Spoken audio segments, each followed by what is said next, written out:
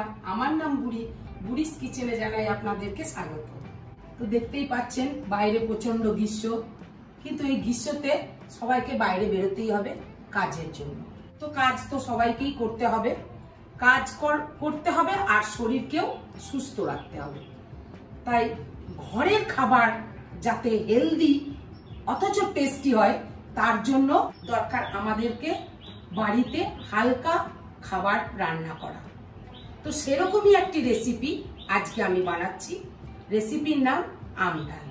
তো আম ডাল তো আপনারা সবাই বাড়িতে বানিয়ে থাকেন, আমিও বানাচ্ছি। আমি খুব তাড়াতাড়ি খুব সহজে কিভাবে আম ডাল বানাবো দেখে নিন আপনারা। নিয়ে নিলাম আম, একটা বড় সাইজের আম নিয়ে নিয়েছি। এবার আমি আম ছুলে নেব।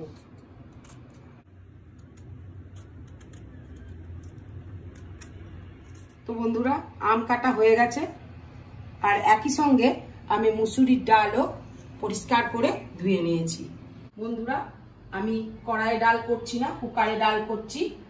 আর আম ডাল একসঙ্গেই দিয়ে দেব আমি, আর লাস্টে আমি কড়াইয়ে ছুঁকে নেব। তবে স্বাদের খুব একটা হেরফের হয় না। দেখে নিন আমি কিভাবে বানাচ্ছি। কুকারে জল দিয়ে সামান্য একটু গরম হয়ে যাওয়ার পর আমি দিয়ে দেব পরিষ্কার করা ধোয়া ডাল, আর একই সঙ্গে দিয়ে দেব আম। এবার আমি দিয়ে দেব আন্দাজ মতো নুন, আর দিয়ে দেব হলুদ 1 চামচের 3 ভাগের 1 ভাগ, ছোট চামচে 1 চামচের মতো চিনি। এবার আমি একবার ভালো করে নাড়িয়ে দেব। এবার আমি প্রেসার কুকারের ঢাকনা লাগিয়ে দিয়ে 2টো সিটি দিয়ে দেব। তো বন্ধুরা, আমি সিটির ঢাকনা খুলে নিচ্ছি। দেখুন ডাল কত সুন্দর সেদ্ধ হয়েছে। এবার দিয়ে দেব আমি হাফ গ্লাসের মতন জল, কারণ আম ডাল যত পাতলা হবে তত পেটের পক্ষে ভালো। আমি ডাল চোকার জন্য কড়াই বসিয়ে দিয়েছি। কড়াই নিয়ে নেব আমি সরষের তেল। তেল একটু গরম হয়ে গেলে দেব আমি 5 ফোড়ন, শুকনো লঙ্কা 1টা আর 2টো কাঁচা লঙ্কা।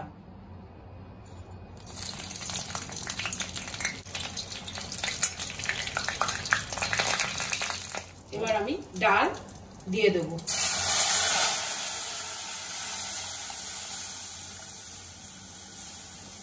তো বন্ধুরা, হয়ে গেল আমার ডাল চোকা। আমার মাত্র 5 মিনিট টাইম লেগেছে।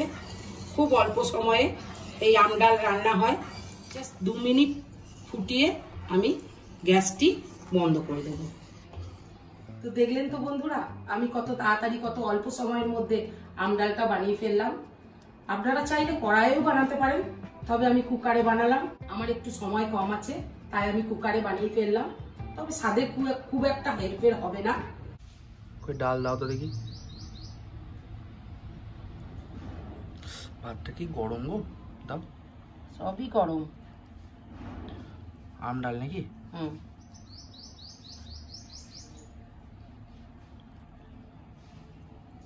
বাহ, এই গ্রীষ্মকালে আম ডাল দিয়ে ভাত খেতে যা লাগবে না।